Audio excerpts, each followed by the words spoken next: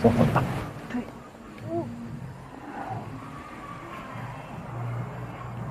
过两天送你个礼物。什么礼物啊？你自己。哎呀 ，surprise！ 我自己算是礼物的一部分，但是送你一个小旅游。真的？我们去北京。去北京？对。听你的安排。哎呀，你的城市，北京。北京现在冷不冷？跟这差不多。北京是比上海偏冷的，所以你现在这身衣服正合适，早是北着。然后，带你去我学校看一看，我走进学校看。哎呀，这个眼神，我都不好意思看。看你都害羞，我害羞了。看完《人生档案》后，我们对彼此的过去有了一定的了解，感觉我俩可以再往前走走了。去到北京，更多的是走进我的过去，或者说看到更多不一样的一面。越来越走进陆老师的世界，好开心，又开心又惊喜，然后有一点小期待。这么帅，大宝，大宝，大宝，好可爱呀！小心啊，坐到这儿来。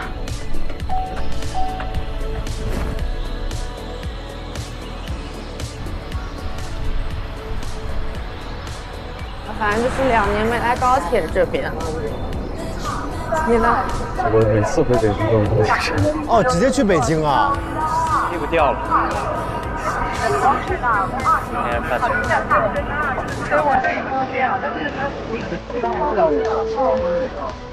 列车是由上海虹桥站开往北京南站的高6班。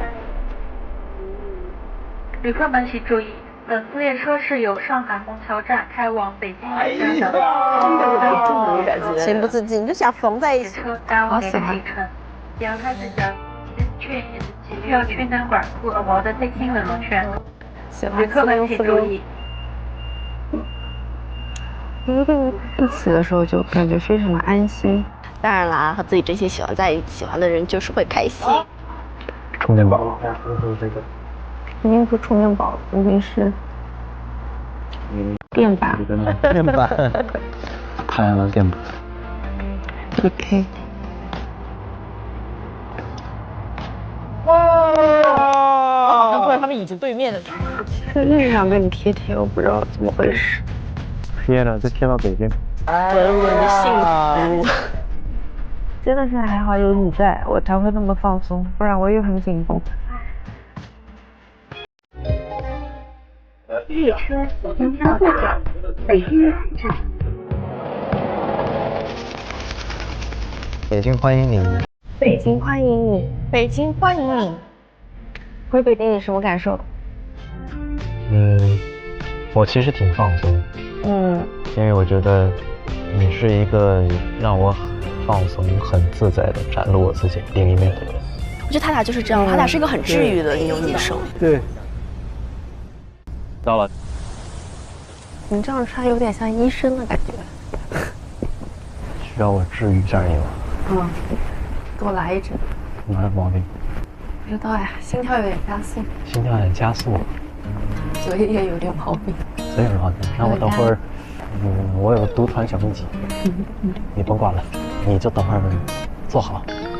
我们跟我朋友去找了一家清吧，他们算是我在北京非常重要的朋友，所以带重要的人来去见重要的人是一个礼仪吧。请入座。入座中。我还没问过他们俩之前就是好多那些感情细节的问题。真的？你也不知道他们？对，你可以八卦的挖呀，他们应该很乐意分享，可以搞点真心话大冒险。Hello，好久不见，Hello，介绍一下，塔塔，丽塔，对，你怎么叫？叫红红就好，叫你红红，叫红红吧。红红，先陪你们，先敬一杯，待会儿再敬你们。随意，很高兴认识，很高兴。嗨 ，Hello 啊，刚下班。介绍一下，这个是塔塔。你好，瑞塔。你好，好漂亮。然后这个好像郭碧婷。谢谢。哎，我好多朋友都这么说。好漂亮，你小子有福气，这能喝吗？那你们是怎么看对呀？我们就是我被他吊了一下就上钩了，是不是？聊一聊真心话和大冒险。真心话大冒险，我觉得这个好。那来吧，我先真心话，啥呀？如果看到自己最爱的人熟睡在你面前，你会做什么？你觉得我会做什么？偷拍。偷拍会是这个收尾环节，我觉得会。那开场环节是什么？只记录结果，不记录过程。说的是正经话题，是正经，是这样。我觉得如果你没有盖上被子的话，把被子。我在小屋帮他盖过一次被子，他那天太累了。好甜呀！那会儿我俩还没有怎么了。友谊。那会儿还是那会儿是纯友谊。纯友谊吗？只是纯友谊吗？单纯的纯。单纯的纯。行啊，那你们想直接问还是走流程？让他来吧。我来吧。对，你来问吧。什么性格的人你不喜欢？我不喜欢不聪明的人，就是我喜欢聪明的人。他是我见过最聪明的人。哇，评价这么高。就是我们双方的情绪价值给的很足。下一个吧。过节最想收到的什么样子的礼物？你说我在听。想收到礼物是，就是这个肯定是会出现的。有没有除了这个的其他的呢？是什么？没事儿，不重要。哦，没了。那准时准点，我会报道。好的。哎，那你们在一起5年的相处秘籍是什么？我们俩的相处秘籍吗？就很珍惜，就谈的越久会越珍惜的那种感觉。有一个默契在。对。我感觉其实你们平时也没什么争吵，以你们俩性格来讲。争吵肯定是会有，但是就是你要看这个消化能力。比较少。对。伊娃也会跟我说。有一点就是吵架的时候，我很少跟你们说。我觉得这个还挺重要的，就两个人内部消化。自己的事儿是自己的事儿。对。内部消化。而且别人帮不了你们什么，其实。就你说了之后，其实也就是徒增一些这个别人口实，一些同情心，但其实帮不了忙嘛。是的。尽你们的经验，尽你们的秘籍。尽你们的秘籍。这个时间拿去解决问题，不是制造焦虑。哎，对。你们两个应该还没吵过架。我们俩正甜着呢，是没有吵过架。未雨绸缪。我跟塔塔相处，我觉得一呢是我们双方，就是首先都是比较真诚。第二呢就是我觉得双方有点默契在。然后他是一个性格很好，然后同时很细腻的一个人。我很感动一点就是我平时可能无意间说什么话，像我之前说我脸可能有点干，就是我手机壳有点旧，他不会跟我说，然后第二天就会把这个面膜啊，或者说今天给我看了一个手机壳，说你要喜欢的话我就现在就可以买。就他会把一些细节藏在心里，然后呢贴心，不会说出来，就直接用实际行动表达。小难受宝就是暖的话只有自己知道。这就是我们摩羯座呀。这就然后因为去海南前一天就是会准备一些防晒啊这那东西嘛，他给我准备了一个小袋子，里面就是防蚊、防凉，然后喷雾、防晒，然后给我写了个小贺卡。你也太幸福了。那天就是我看到的这个时候，我很感动，就是真的是很感动。我还打印了照片，看看。哇塞，这张还蛮帅嘞。哪张？这张照片直接给你拍年轻了10岁，兄弟，给你拍成初中生。那也可以，这话我养人。爱情养人，爱情让我变年轻了，太甜了。我这可以啊，都很好看。看合上了。我太喜欢了，我天哪，又被你幸福到了。多亏了爸爸。多亏了你。怎么这么可爱？我认识这么长时间，你第一次就是出现姨母的笑容，你知道吗？我之前从来没有见你这么，之前没有对象，就没有一个就是契机让我们出现这种比较欣慰的笑容。就是。来，喝一点。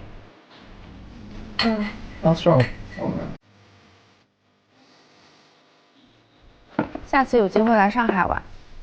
我们其实蛮经常去的，蛮经常去的。我觉得他这两个朋友都很正，都属于情商智商都很高的人，跟 BK 一样，物以类聚，有情商聪明的人聚到了一起。哎呀，今天宝宝辛苦了，谢谢。很开心啊，baby。今天一切都超紧急完了。这2、3个。明天带你看看我的神情。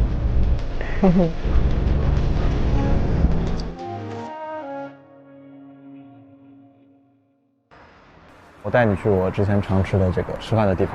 好的。哇塞，黄记小吃，牛街，北京。吃小吃去了。哇，好香啊！豆汁儿啊！这个主要是为你点的，您尝尝。你要帮我拍一个。第一次喝豆汁体验。如果味道怪怪的，可以吃旁边的东西压一压。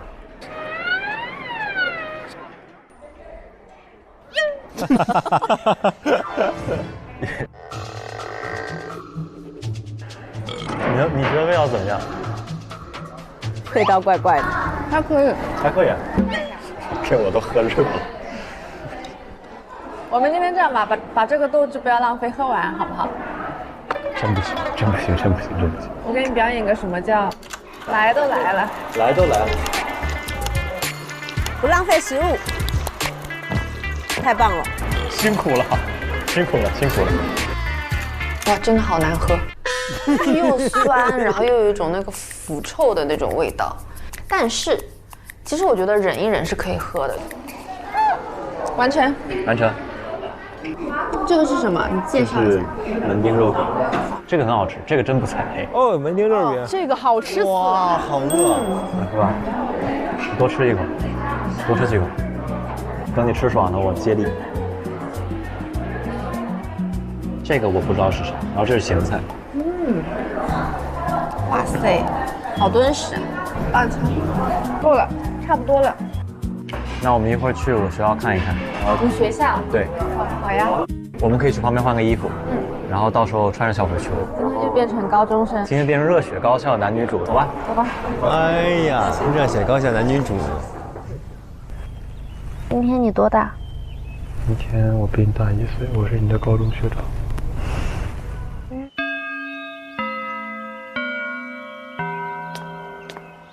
换成学生装了。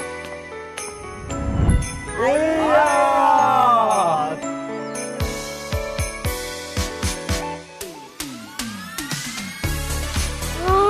哇，那好像偶像剧里边的那种人，太甜了。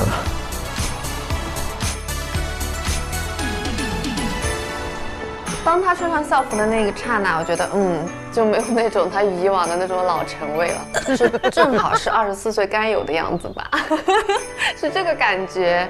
对，就是感觉他真的是其实是少年中的少年。怎么样？跟你的初中区别大吗？我已经很久没回过初中、高中了。穿着高中校服，跟你成何体统？那也是你牵我的手，我要跟你保持点距离。保持多远距离？礼貌的社交距离。礼貌的社交。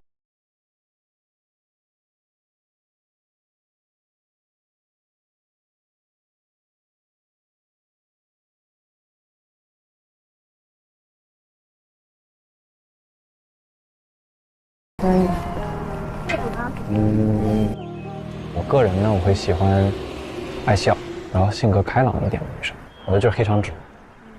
那你是喜欢女生把头发披下来的黑长直，还是把头发扎起来的黑长直？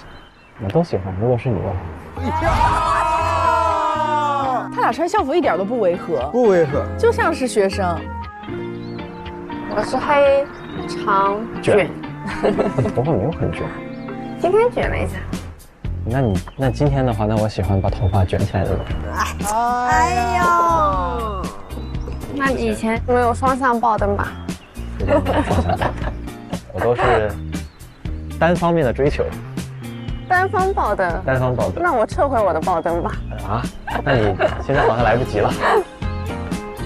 因为我跟 BK 是属于有一定年龄差的，就感觉好像是拉近了一些平行时空的距离感。然后他回到了他的校园生活，我也回到了我当时的校园生活。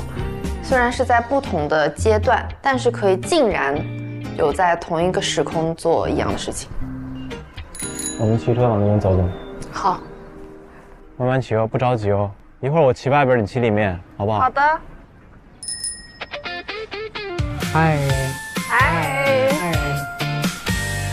夕阳把课表染成琥珀色，我假装接一道无解的几何，其实在算与你相隔几个座位，你经过时代起的。所以你是一个相对来说比较难接近的人。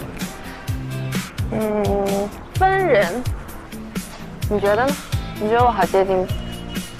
我觉得你挺配合的，而且你也在主动接近我。确实，这样子的机会也不太常见。我是个幸运的人。我也是。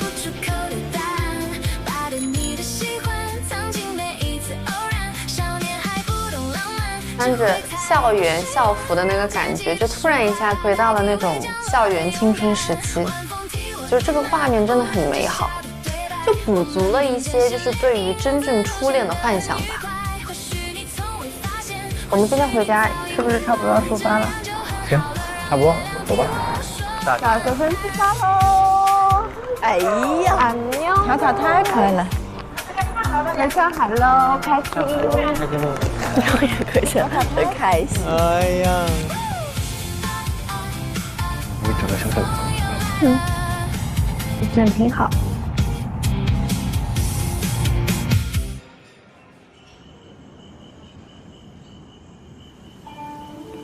甚至就是我们第一次见面的时候，就会有一些好感。我真的在车上，我说好，这个人对我完全没感觉。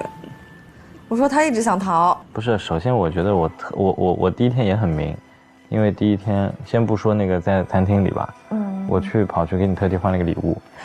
我觉得就是你很礼貌。然后突签也是给你的。对，但是我就是觉得你那个也写的很礼貌嘛，然后我觉得我那个是纯属我没想到会被公开处刑，就是我就是觉得完蛋了，在这搞抽象，被抓到了。那你第一天朋友圈看的谁呢？哇！啊？我觉得你对我一点感觉都没有。所以看了 JK 了。他就是很喜欢他。你们躲算了。哎呀，哎呦！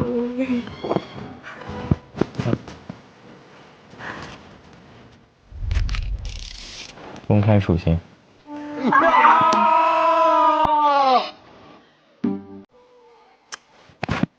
什么？你就换手。不许掐我，你掐我就把毯子掀了。那你。啊？不行。你听见没？听见什么？不能这样。这个。啊！别啊！怎么人家看不到了？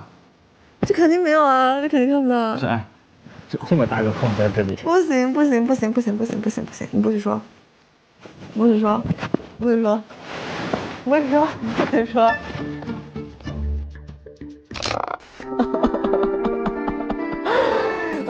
待会儿就是要杀了他。干嘛？干嘛？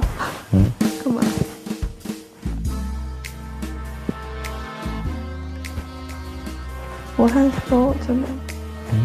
我真害羞。你，我真害羞。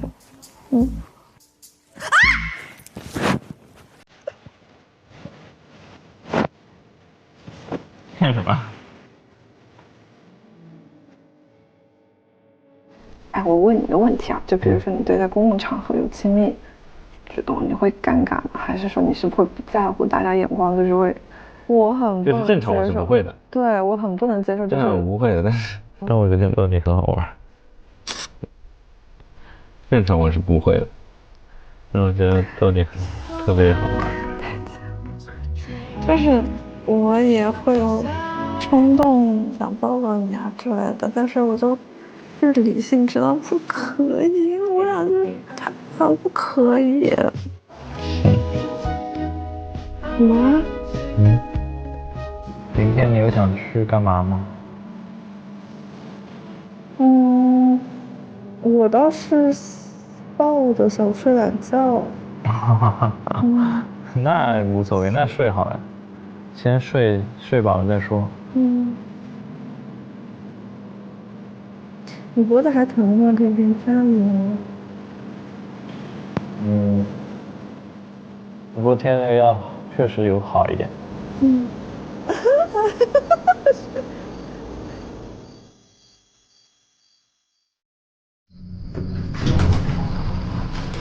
我们去拍个大头贴吧。走吧。好可爱啊！他们真的升温的很快。其实也开不错。挺好。你看。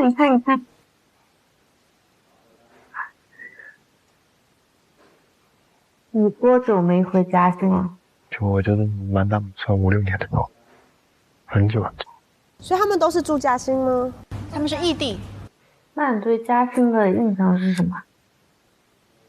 有一个大润发。大润发就在我家旁边。那我去过你家旁边，这是我唯一对嘉兴的印象。但是我对嘉兴。去嘉兴走走吗？见见我妈妈。见丈母娘。真的假的？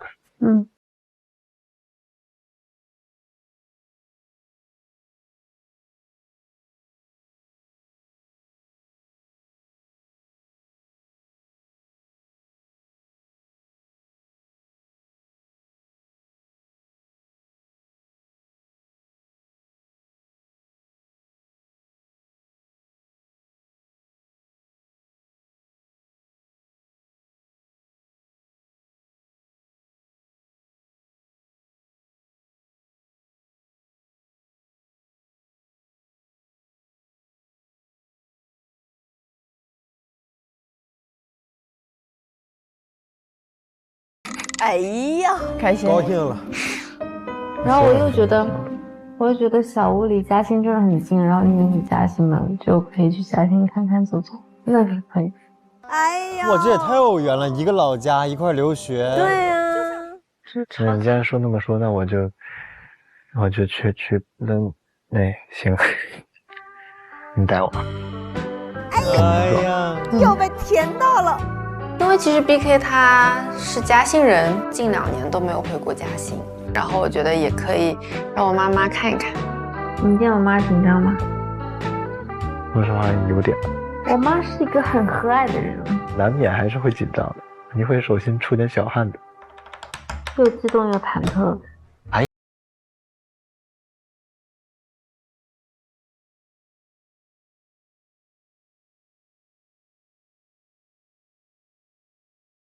会了，我对丈母娘的了解几乎为零，有点紧张。那作为男生来讲，他就会比较紧张。对，所以妈妈会喜欢什么，他也会喜欢什么。你别紧张，我想找看看。我们可以今天就做一个作业。他喜欢花，你给他买束花就好。我觉得这算是第一次正式见女方家长，所以就多少有点忐忑。比如说跟阿姨聊天的时候，会不会到时候冷场啊，会哪里做的不好啊，会有一些紧张和纠结在。所以我对这趟旅程呢是既期待又紧张的。你可以今天晚上睡觉，不至于吧？倒也不至于，不至于，咱也是见过一些小场。但我觉得我妈是很喜欢你的。我觉得他应该会比较喜欢 BK， 因为 BK 他是属于双商都很高的，情商也高，智商也高。然后我们就约了周5。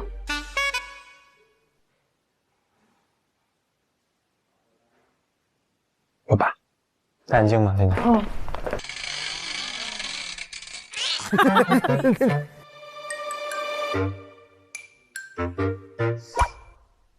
太帅了！好的，你咱们就这么穿。怎么那么帅呀？因为要见阿姨，打工赛。走吧。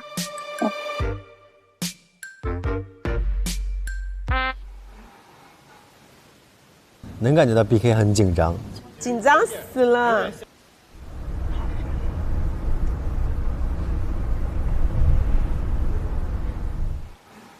你乐什么？你今天笑得很灿烂。有什么惊喜环节吗？开心呀！去嘉兴的路上越来越紧张。我妈就属于就是只想就是自己怎么想就怎么做，就一根筋，就真的是一根筋。就比方说她离婚以后就直接把我的姓给改了，就她这牙齿这里她要拔4颗牙，那医生建议一次拔1颗，她不听，直接4颗牙一次拔掉。呀，是个狠人。阿姨的确是有点狠啊。他以前就是芒果过敏，过敏的很严重，他觉得人类战胜得了任何的过敏源，他硬吃都要把他这个芒果过敏给吃好啊！要吃好，吃好呀，宁可发成猪头用这里，一下子就吃好了。那他是一个特别的人，所以我觉得你如果放50碗豆汁在他面前，他一下子都给他喝完。好狠哦！夏风，他这样的。你这么一提，你这么一讲，我真的想搞真的，他没有东西是做不了。我看到我妈的时候，这个在这里。来了。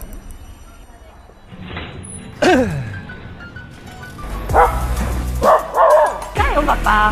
没事，加油！宝宝是最帅的啊！他今天穿了一个粉色。怎么还戴着墨镜，很 swag 是 ？No， 这是他的眼镜。哦，好。你看 BK 的表情，好紧张。姐姐，纸条，妈妈好。哇，这么年轻啊！妈妈好酷哦！哎，你好，哇，这个9条，3只狗，好可爱。搂搂它呀，抱抱它。哎呀，倩倩。哎呀，妈妈很多动物。哎呀，您第一次见。谢谢。这个是给您准备的花啊，谢谢。因为我知道嘉兴它常开花嘛，然后选了一个红色和白色的，我觉得谢谢，挺好的，跟我的衣服还挺配。今天跟您还正好很搭，我觉得还很幸运，希望您喜欢。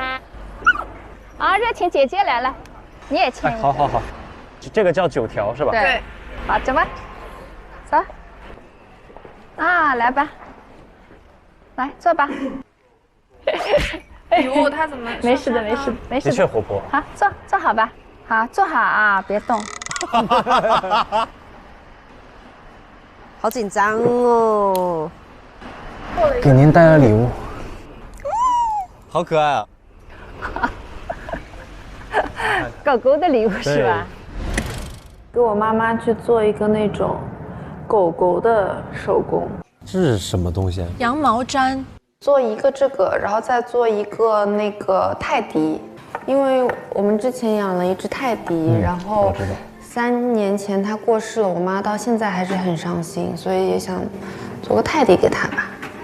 其实我们一共现在收养了3只流浪狗，但是救助了很多只。因为我妈其实是个心地很善良的人，所以狗狗的耳朵要大一点还是小一点？都行，稍微大一点，这样2个就一样大。好。它有个络腮胡。哎，你手套你要戴上啊，不然要扎到你的手。先固定一下。还是很用心的，真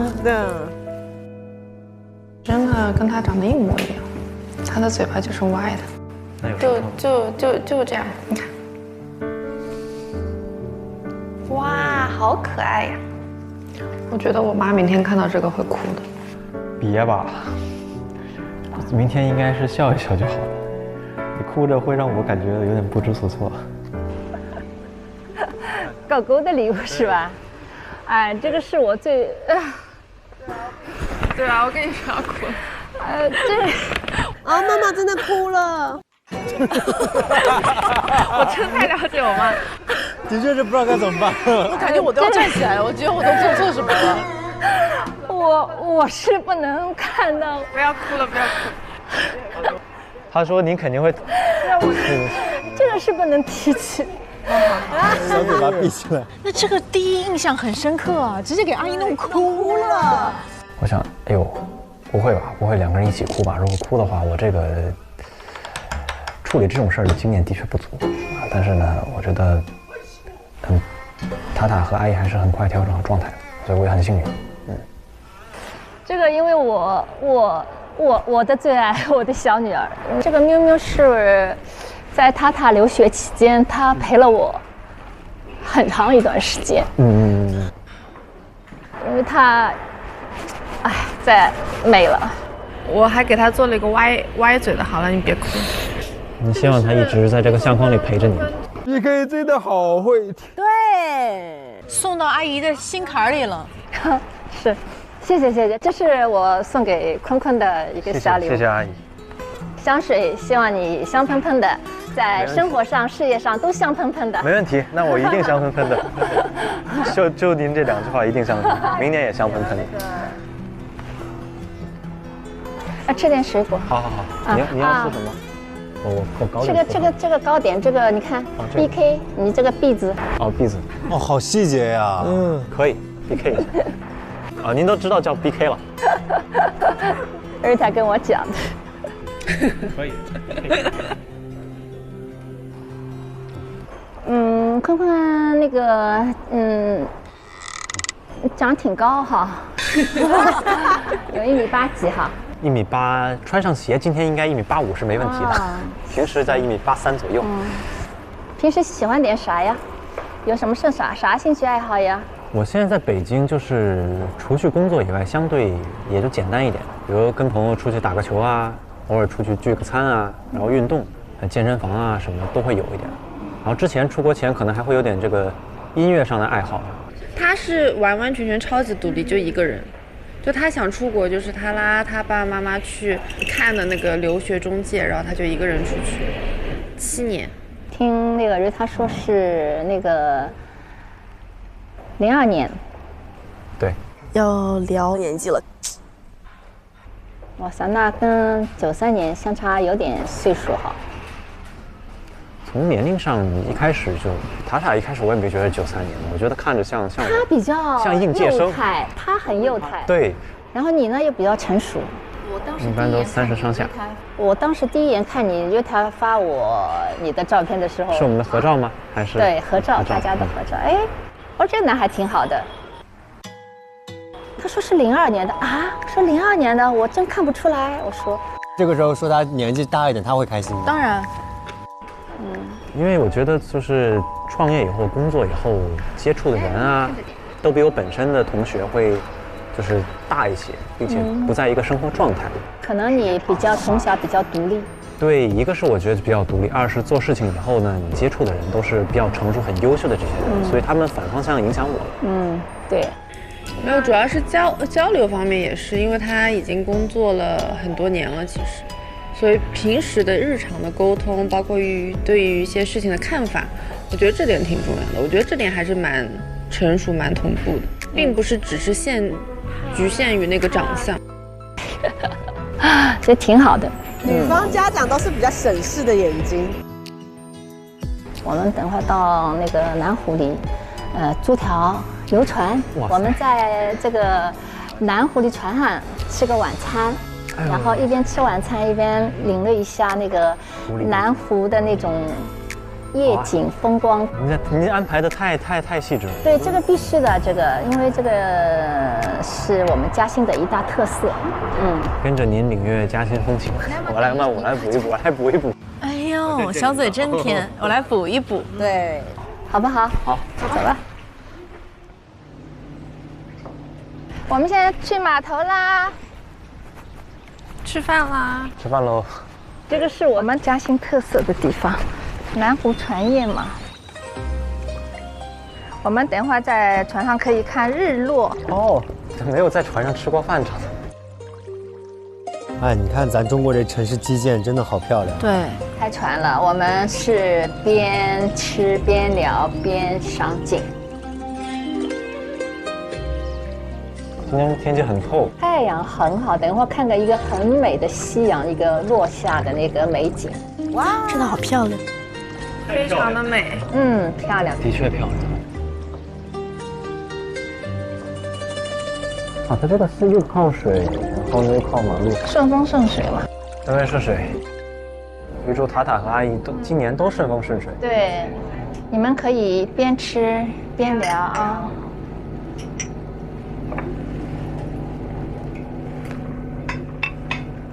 那个就是那个塔塔喜欢吃的松鼠桂鱼，他小时候就特别喜欢吃这种松鼠桂鱼。重点是塔塔喜欢呢。对，我们这边有一个黑毛猪肉啊，他比较喜欢吃黑毛猪肉。然后这是我们嘉兴的一个酱鸭，他也喜欢吃这种海参烩饭吃一点，他比较喜欢吃。这个南瓜也是做的很有特色，他也喜欢吃这种椒麻腰花。腰花，你吃腰花吗？我没有不吃的。你太瘦了，你可以再胖点，多吃点。以前人家说丈母娘看女婿就看她干饭行不行。阿姨上考题了。好。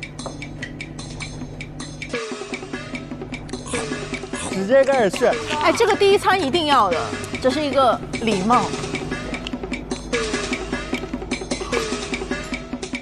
3碗饭下去，哎，这个女婿行，干饭行，力气大，能干活。已经一碗还剩2碗，当 KPI 吃吧。他的确很能接话呀，还剩2碗饭当绩效吃。还剩2碗，高兴，好开心。开玩笑，开个玩笑。我们边吃边聊哈。好。刚才我们在那个客厅里面就是聊到了一些就是关于那个年龄差的问题。其实这个是我比较关心的一个问题。的确是。像吕塔，再过2年，你们谈了2年，他35岁了，你才26岁，这是很现实的问题。很现实的问题。那我就觉得，如果咱们说，如果比如说2年以后，我们王一就想结婚了，他毕竟也35岁了，那时候你才26岁。哇，这个问题好窒息呀！你想有结婚的这个想法？你要结婚吗？哇塞，压力好大哦！怎么办？怎么回答？我都不知道怎么回答哎。你想有结婚的这个想法？就我认为每一段感情发展的时候，肯定都是以结婚的目的去的。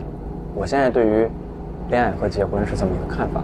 你没接住我话，就是我打个比方。没有，我就觉得你这个现在说的有点太早。那作为妈妈来说，肯定是有这种顾虑的，对吧？你比如说，你谈了2年，过了2年，你35岁了，你才26岁，家里人就觉得，哎，这个女孩子差不多了，这2年你们谈的也挺稳了，我们就奔着结婚去了，你怎么考虑？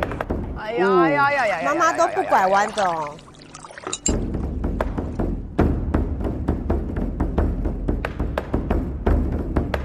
那如果就比如说按照您说2年，我们也是相处的非常好，没有问题，那为什么既然都有，就为什么不去尝试呢？是可以的呀。可以的，是吧？那如果你们家里人觉得，哎呀，我儿子才26岁，我们不想结婚，这时候，你会怎么平衡家庭的关系呢？对，这也很重要，你也要尊重你的家庭。你吃啊吃啊，别聊天了。不聊天呢？追他还帮他挡。我们家对我在这方面，我认为还是以随我的状态比较民主，爸爸妈妈也比较尊重你的那种个人的那种。基本上什么事情都是自我解决的。这挺好，这挺好，这个我了解了。阿姨问的也是蛮直接的，但是呢，我跟塔塔之前在聊天的时候，我们都有聊过，就是我是做好了回答这些问题准备的，但是我没想到开门见山式的问题。那既然问了，就该答就回答嘛。实话实说，我很理解，我甚至觉得问题它不尖锐，只是说问的突然。那你现在工作感觉稳定吗？又来了。工作稳定的项目是稳定的，创新的项目是不稳定的，这也是实话实说。就是因为都很多新的初创公司，那你就看自己要做什么样的赛道，搏一搏可能性。那坤坤，我问你啊，就是你情绪价值稳定吗？我超级稳定。他会在恋爱当中有很多毛病的，你能包容他吧？比如说他有时候说话说的比较过激，很偏激，甚至就说到你想跳的那种。Rita 的脾气不是挺好的，你别现在给她的外表柔弱啊、甜美啊所欺骗啊。妈妈一点点台阶也不给。真的半年一过，跟你说，他母老虎的形象就会出现的，而且他站队的就是家人，就是自己身边最亲近的人。我看着很老。哎呀，我也没有那么吓人吧？哦，你前半年肯定是不吓人，后半年肯定吓人，到时候你就想着我们阿姨船上说的，哎，阿姨这怎么情况？怎么今天炸了？就是说他在闹，你在笑就可以了，你不要把他当真，因为他这个人上头快，下头也很快。但恋爱当中啊，婚姻当中，其实男生其实也应该多让让女生。家里是一个不是讲理的地方，是讲爱的地方，讲温暖的地方。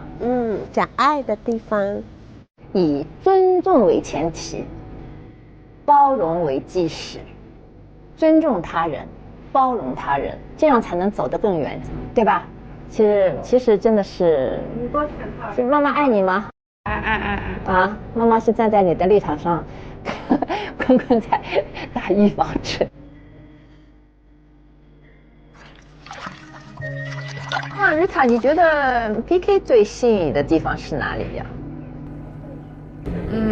？BK 是属于那种比较有反差感的，就是他看起来就是很成熟，就他虽然处理事情的方式很成熟，但他还是比较真诚。哇，好好，这答案还可以啊，不错。其实有些时候呢，如果能够清醒地认识到自己要什么，或者是年龄差也不是一个最大的问题。我是这么觉得，就是生理年龄和心理年龄不是做等号的。有些人可能很大了，但是呢，心里可能还很幼稚。我觉得更多的是人生经历以及你身边的人什么样子。所以呢，我也很感谢之前遇到的困难也好，还是身边的朋友也好，他会让我变成我现在想变的人。所以，比如说要说短期有什么目标，就是我希望我能成为优秀的10年后的自己，这样你会一直往前进。是要激励自己。对，要激励自己。在人生的道路上，在前进的道路上，要互帮互许。对的啊，互相搀扶，啊，彼此尊重，彼此宽容。啊，有事解决问题，千万不能拿这种很不好的情绪去影响对方啊！一定就是这样。说得很对，我不会觉得有特别多的压力，我觉得其实很好很可爱，是双方充满爱才有的相处模式。啊，来做嘉兴女婿吧。阿姨就是心直口快，但她很喜欢 PK。反正你要是来上海，我就多一个儿子呗。哎呦，这话我觉得很打动男生。我回嘉兴你也多一个儿子。对呀，上海嘉兴很近。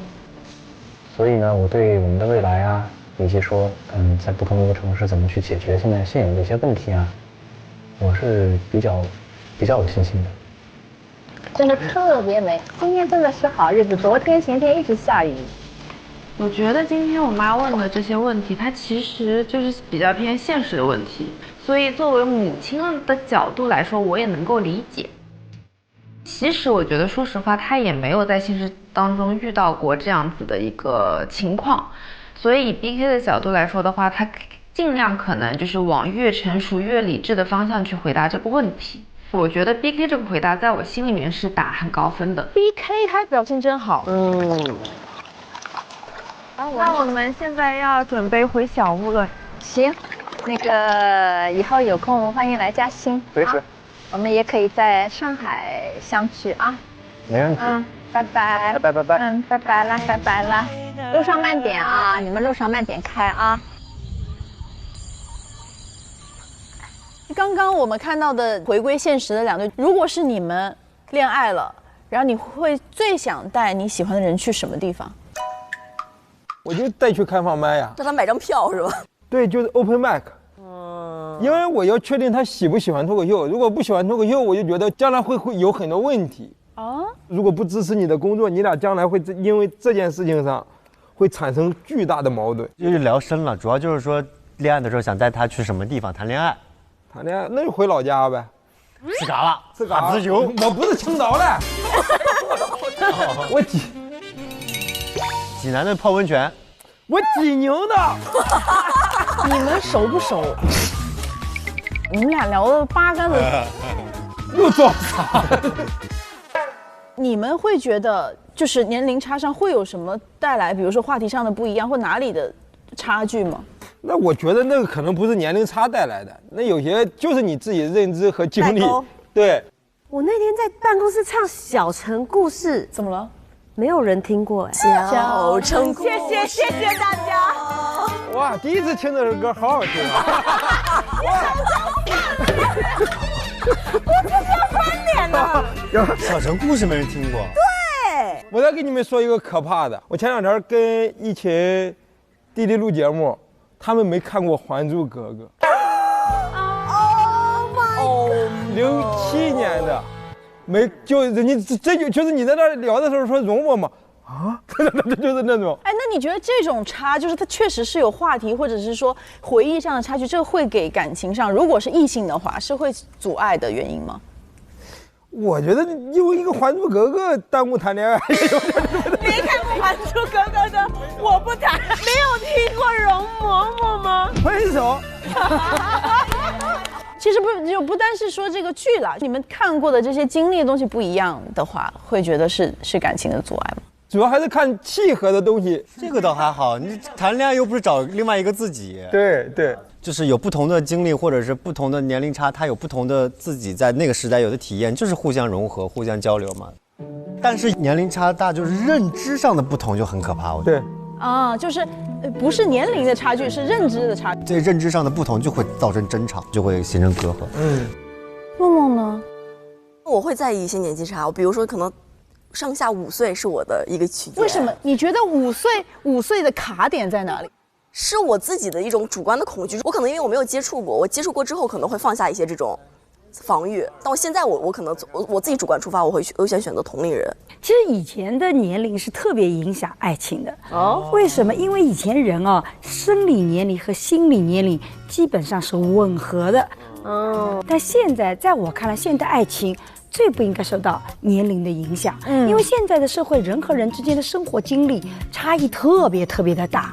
所以在 BK 和塔塔里面，我就觉得他们的年龄对他们不会造成特别大的影响，是因为 BK 本身他虽然年龄小，但是这种多次的搬家自己一个人的独立生活，以及到海外这种独立生活的经验等等，都会使得他的年龄比一般的人可能都要成熟一点点。生理年龄其实没有那么的重要，反过来心理年龄很重要。几乎没啥接触交流。哦，没啥可聊的。好难受，真的好难受。好难受。俩人不说话了，我觉得这很奇怪。他在也非常有意的避开他，连那种友好朋友都没办法装出来。哪里来自于应该是你的经历吧？这首音乐只是我没有想到的事儿。我没有办法再和这个人再待下去1分1秒了。换来的结果是这样。哎，好难哦。我哭了，算你狠。小屋将会迎来2次中选啊！他还是想要去找在厦门的，所以我觉得，有孩子这件事对于我来说，我是有压力的。想要去避开来，还是会跟对方往有交集的路线上走。啊？他是没拍吗？哇，啥意思啊？还有反转嘞？太轻了，你都没有面部表情。